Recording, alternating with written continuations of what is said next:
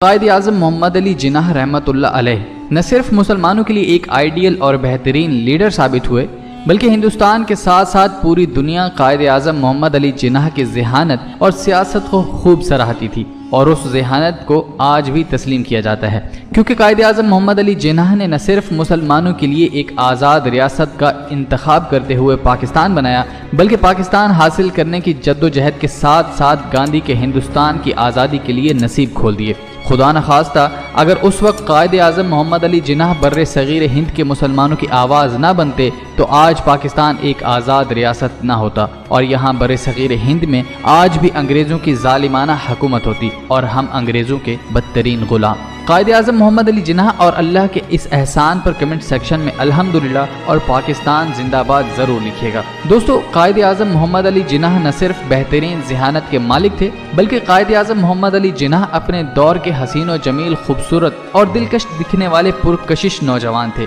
جن سے نہ صرف 19ویں صدی کے نوجوان متاثر ہوئے بلکہ 19ویں صدی کی انگریز، ہندو، مسلمان، امیر اور خوبصورت ترین لڑکیاں بھی آپ کو پانے کی جدوجہد میں مگن رہتی تھیں۔ دوستو، آج کی حیران کن اور تحقیق پر مبنی بہترین ویڈیو میں قائد اعظم محمد علی جناح پر خوبصورت لڑکیوں کی طرف سے لگائے گئے زبردستی کرنے کے 2 عجیب اور حیران کن الزامات کے بارے میں بتائیں گے اور ساتھ یہ بھی بتائیں گے کہ قائد اعظم محمد علی جناح نے کیسے اپنی حاضر دماغی اور ذہانت سے اس جھوٹے اور ناپاک مقصد کو چند منٹوں میں جھوٹا اور سازش ثابت کیا، اور ساتھ یہ بھی بتائیں گے کہ دلی میں مسلمانوں کی مسجد کے اوپر مندر بنانے کا کیس جو ہندوستان کے مسلمان قائد اعظم کے پاس لائے، اس میں قائد اعظم کو بتایا گیا کہ ہندوؤں نے مسجد کی چھت کی زمین خرید لی ہے اور یہ مسجد کی چھت پر مندر بنانا چاہتے ہیں، کیونکہ تب پراپرٹی قوانین کے مطابق زمین کے اصل مالک کو یہ حق حاصل تھا کہ وہ اس کی زمین پر بنائی گئی عمارت کی چھت کو بھی کسی دوسرے کو فروخت کر سکتا تھا۔ کسی اور کی چھت کے اوپر آپ اصل مالک سے زمین خرید سکتے تھے اور اس کے اوپر بھی اپنی من مرضی کی عمارت تعمیر کر سکتے تھے۔ اس کیس کو قائد اعظم محمد علی جناح رحمۃ اللہ علیہ نے کیسے اپنے ذہانت سے مسلمانوں کے حق میں کروایا اور کیسے تب اس پراپرٹی کے فضول قانون کو قائد اعظم محمد علی جناح رحمۃ اللہ علیہ نے محض ایک تاریخ یعنی کہ ایک پیشی پر غلط ثابت کر کے ختم کروایا، آج کی اس حیران کن اور دلچسپ ویڈیو میں بتائیں گے۔ مگر حسب روایت ہمیشہ کی طرح آپ سے وہی درخواست ہے، ہماری کاوشوں اور تحقیقی کوششوں کا صلہ ہماری ویڈیو کو لائک کر کے ضرور دیا کریں۔ اگر آپ ہماری ویڈیو پہلی بار دیکھ رہے ہیں تو چینل کو سبسکرائب کریں اور ساتھ ہی موجود گھنٹی کے نشان پر کلک کر کے اوپر آل سلیکٹ کرنا نہ بھولیں تاکہ اسی طرح کی معلوماتی ویڈیوز کا نوٹیفیکیشن آپ کو بر وقت مل سکے۔ دوستو، پہلے بات کر لیتے ہیں اس کیس کی جو قائد اعظم محمد علی جناح کے پاس مسجد کے اوپر مندر کی تعمیر کے لیے آیا اور قائد اعظم محمد علی جناح نے اسے تیز دھار دماغ سے حل کروا کر ہندوؤں اور انگریزوں کے بنائے گئے زنگ آلود قانون کو چند لمحوں میں رون دیا اور پوری دنیا میں واہ واہ پائی۔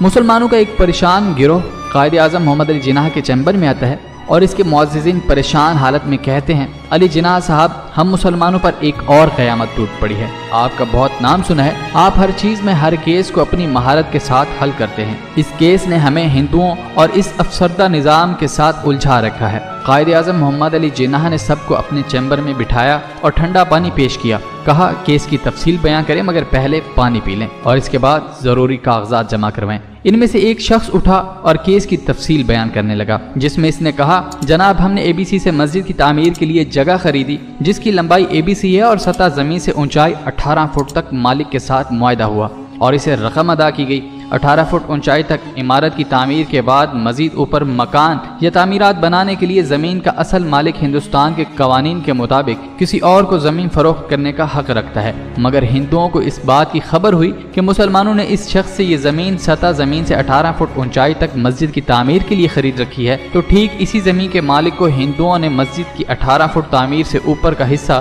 پیسے دے کر مندر کے لیے خرید کر مختص کر لیا ہے۔ اب ہندو اس انتظار میں ہیں کہ ہم مسجد بنائیں اور وہ اس کے بعد مسجد کے اوپر مندر کی تعمیر شروع کریں، جو گناہ کبیرہ ہوگا اور مسلمانوں کے ہوتے ہوئے مسجد کی بے حرمتی بھی اور مسلمانوں کے صبر کا امتحان بھی تصور کیا جائے گا۔ قائد اعظم محمد علی جناح رحمۃ اللہ علیہ نے سگریٹ سلگائی، ایک لمبا سا کش لیا اور کچھ دیر سوچنے کے بعد کہا، آپ نے مسجد کے لیے سطح زمین سے 18 فٹ اونچائی تک تعمیر کے لیے زمین خریدی ہے، آپ ایسا کریں، مسجد کی چھت 17 فٹ سطح زمین سے اوپر تک رکھیں اور 1 فٹ چھوڑ دیں۔ جس دن ہندو اپنے مندر کی تعمیر کے لیے کنکریٹ لائیں تو آپ مجھے طلب کر لیجیے گا،